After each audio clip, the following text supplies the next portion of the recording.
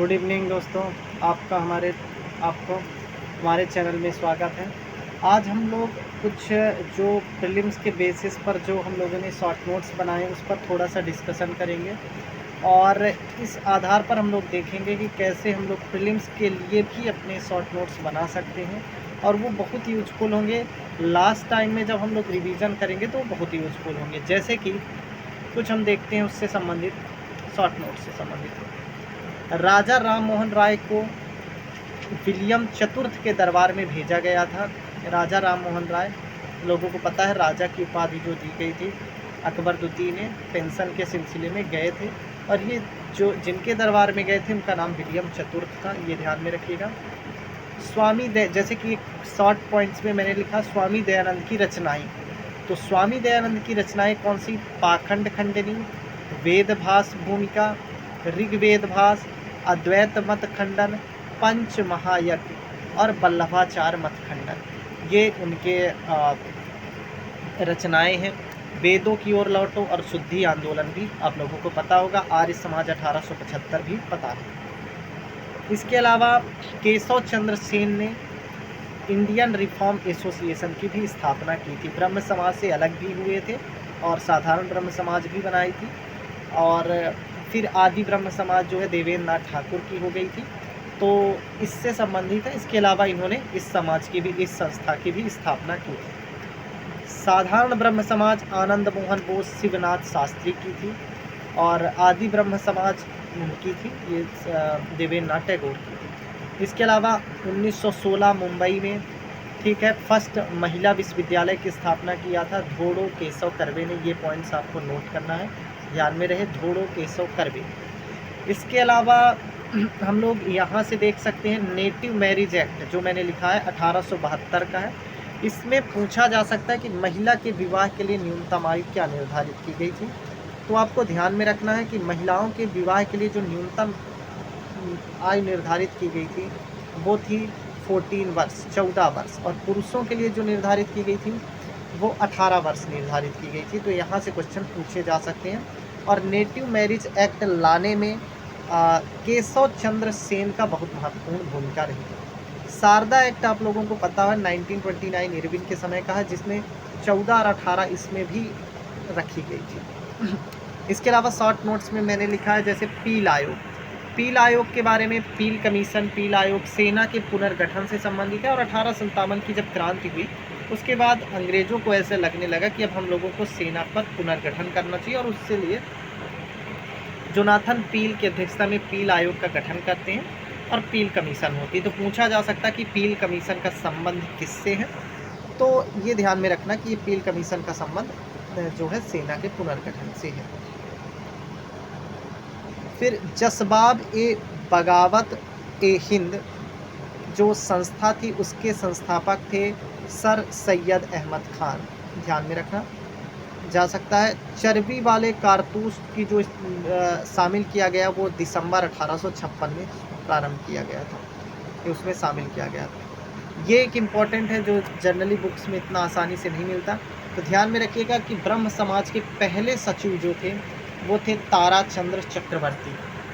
ताराचंद्र चक्रवर्ती जी पहले इसके सचिव थे। ये इम्पॉर्टेंट हो सकता है, पूछा जा सकता है एमपीपीएससी में। और जो मकान लिया गया था इसके लिए वो लिया गया था फेरनजी कमल का। फेरनजी कमल का मकान लिया गया था। फिर वहाँ से 20 अगस्त 1828 को ब्रह्म समाज की स्थापना की गई थी और राजा राम मोहन राय द्वारा, और ताराचंद्र चक्रवर्ती जो थे इसके पहले सचिव थे। इसके अलावा हम लोग यहाँ से देख सकते हैं कि व्यवहारिक वेदांत के जो प्रतिपादक थे वो स्वामी विवेकानंद पे थे।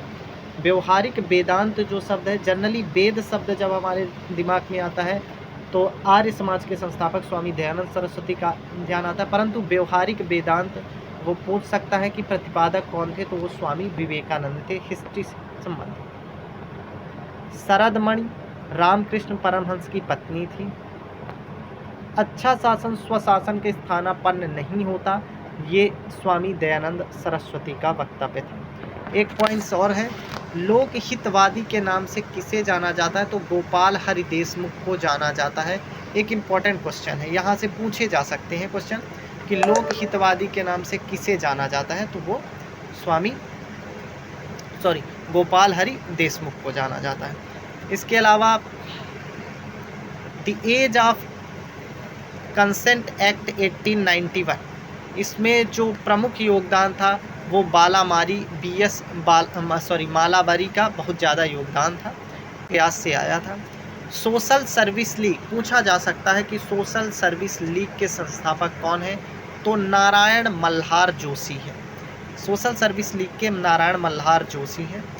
सर्वोदय समाज की स्थापना विनोबा भावे ने की थी। सर्वोदय, सबका उदय हो, गांधी जी का भी मत था। बहुजन समाज मुकुंदराव पाटिल, और भारत का बेताज बादशाह बाल गंगाधर तिलक को कहा जाता है। तो इस प्रकार आप अपने नोट्स में की पॉइंट्स लिख सकते हैं, जिससे आपको रिवीजन में कोई दिक्कत ना हो, आप और एक बेहतर तरीके से प्रदर्शन कर सकें। इसके अलावा 1857 से संबंधित भी मैंने पॉइंट्स नोट किए हैं। फिर अन्य जन आंदोलन से संबंधित भी पॉइंट्स मैंने नोट किए हैं। और इसी तरह मैं आप सब लोगों के लिए अपने शॉर्ट नोट्स से जो भी पॉइंट्स इंपॉर्टेंट है और जो भी की पॉइंट्स हैं उनको लेके आता रहूँगा, क्योंकि ये पॉइंट्स पढ़ने के बाद आप नॉर्मल क्वेश्चन बना ले जाएंगे, साथ ही एडवांस जो क्वेश्चन है आप उनको भी बना सकते हैं। आप लोग भी इसी तरह के कुछ नोट्स बना लीजिए प्रॉपर तरीके से, ताकि रिवीजन में आप लोगों को कोई दिक्कत ना हो। और इसके अलावा हम लोगों ने जैसे कि मध्य प्रदेश का भी बनाया, इसी प्रकार हर चीज़ के बनाए हैं। और ठीक है, तो इस प्रकार हम लोग देख सकते हैं। आप लोग को नेक्स्ट वीडियो में मैं 1857 की क्रांति के बारे में पूरा आपको लेके आऊँगा, जो वहाँ से की पॉइंट्स लिखे जा सकते हैं या की पॉइंट्स जो हमें जानने चाहिए थे। तो आप लोग हमारी चैनल को, जो हमारा चैनल है the unique world education, subscribe कर लीजिए, बेल आइकॉन दबा लीजिए, ताकि आने वाली वीडियो जो हैं आपको मिलती रहें। और इसके अलावा अभी भी कुछ मैसेज आ रहे हैं बच्चों का कि बुक को लेकर रिव्यू, तो बुक को लेकर रिव्यू हम अगली वीडियो में बनाएंगे। उसमें फिर आप लोगों को एक बार फिर बुक से संबंधित, मेंस की जो बुक आने वाली है उनसे संबंधित कौन सी अच्छी बुक है उसके बारे में, विशेषकर इकोनॉमिक्स को लेकर, और जो समाजशास्त्र उसको लेकर, और उद्यमिता, और जो एथिक्स के पेपर में और जो पार्ट जुड़े हुए हैं प्रबंधन, उसको लेकर कुछ बुक्स मटेरियल हम लोगों ने कलेक्ट किए हैं, जिनका रिव्यू मैं दूंगा।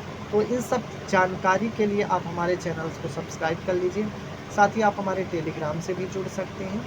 और आपके जो भी क्वेरी हों आप इस वीडियो के कमेंट्स में डाल दीजिएगा, ताकि हम लोग उसको देख लें। उसके बाद हम लोग आगे की पूरा, और आपको जिससे भी संबंधित वीडियो चाहिए होगा आप नीचे कमेंट्स ज़रूर कर दीजिएगा। तो धन्यवाद। आप हमारे चैनल को एक बार फिर बोल रहा हूँ, सब्सक्राइब कर लीजिए, आपको बहुत बेनिफिट मिलेगा। धन्यवाद।